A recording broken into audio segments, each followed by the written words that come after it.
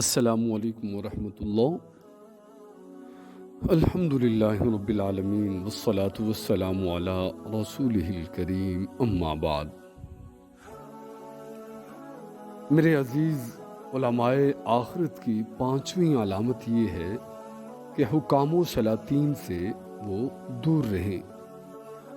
جب تک ان سے دور رہنا ممکن ہو تب تک دور ہی رہیں، بلکہ اس وقت بھی ملنے سے اعتراض کریں، بچیں جب وہ خود ان کے پاس ملنے کے لیے آئیں، اس لیے کہ دنیا نہایت پر لطف اور سرسبز و شاداب جگہ ہے۔ دنیا کی باغ ڈور حکام کے قبضے میں ہے۔ جو شخص حکام دنیا سے ملتا ہے اسے ان کی کچھ نہ کچھ رضا جوئی اور دلداری کرنی ہوتی ہے، خواہ وہ ظالم و جابر ہی کیوں نہ ہو۔ دیندار لوگوں پر واجب ہے کہ وہ ظالم اور جابر حکام سے ہرگز نہ ملے، ان کے ظلم کا اظہار کریں، ان کے افعال و اعمال کی مذمت بھی کریں۔ جو شخص حکام کے پاس جائے گا وہ تو ان کی زینت اور آرائش دیکھ کر یہ محسوس کرے گا کہ اللہ نے اسے حقیر نعمتیں دی ہیں، اور حاکم کو، بادشاہ کو، آفیسر کو اعلیٰ ترین نعمتوں سے نوازا ہے، یا وہ ان کی برائیوں پر خاموش رہے گا۔ یہ فعل مداحنت کہلائے گا، یا وہ ان کی مرضی کے مطابق ان کے عمل کو صحیح بتلانے کے لیے کچھ نہ کچھ کہے گا، اور یہ ظاہری سی بات ہے، یہ سری جھوٹ ہوگا۔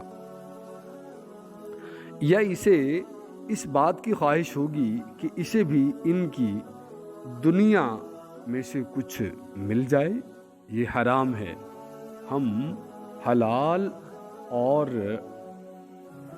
پاکیزہ اور طیب جو رزق ہے اس کے لیے ہم قرآن پاک میں دیکھتے ہیں، یا ایھا الرسل کلوا من الطیبات واعملوا صالحا۔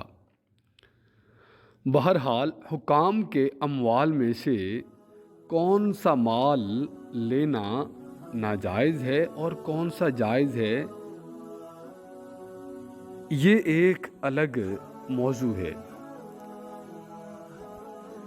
اس پر ابھی ہم بات نہیں کر رہے۔ حاصل یہ ہے کہ حکام سے ملنا تمام خرابیوں کی جڑ ہے۔ کریم آقا صلی اللہ علیہ وآلہ وسلم فرماتے ہیں، یہ ترمذی کی اور ابو داؤد کی حدیث ہے، جو جنگل میں رہتا ہے تو جفا کرتا ہے، جو شکار کے پیچھے پڑتا ہے غفلت کرتا ہے، اور جو بادشاہ کے پاس آتا ہے وہ فتنے میں مبتلا ہوتا ہے۔ ایک اور حدیث میں ہے، یہ مسلم کی حدیث ہے، ان قریب تم پر کچھ لوگ حاکم ہوں گے جن میں سے کچھ کو تم جانتے ہووگے اور کچھ کو نہیں جانتے ہووگے۔ جو ان سے شناسائی نہ رکھے وہ بری ہے، جو انہیں برا سمجھے وہ بچ گیا، مگر جو شخص ان سے راضی ہوا اور ان کی اتباع کی، اللہ تعالیٰ اسے رحمت سے دور کر دے گا۔ عرض کیا گیا، کیا ہم ایسے لوگوں سے جہاد نہ کریں؟ فرمایا، جب تک وہ نماز پڑھیں ان سے جہاد مت کرو۔ حضرت سفیان ثوری رحمہ اللہ فرماتے ہیں، جہنم میں ایک جنگل ہے جس میں وہ عالم رہیں گے جو بادشاہوں کی زیارت اور ملاقات کے لیے جاتے ہیں۔ حضرت حذیفہ رضی اللہ تعالی عنہ نے ارشاد فرمایا، اپنے آپ کو فتنے کی جگہوں سے بچاؤ۔ لوگوں نے پوچھا، فتنے کی جگہیں کون سی ہیں؟ فرمایا، امیروں کے دروازے۔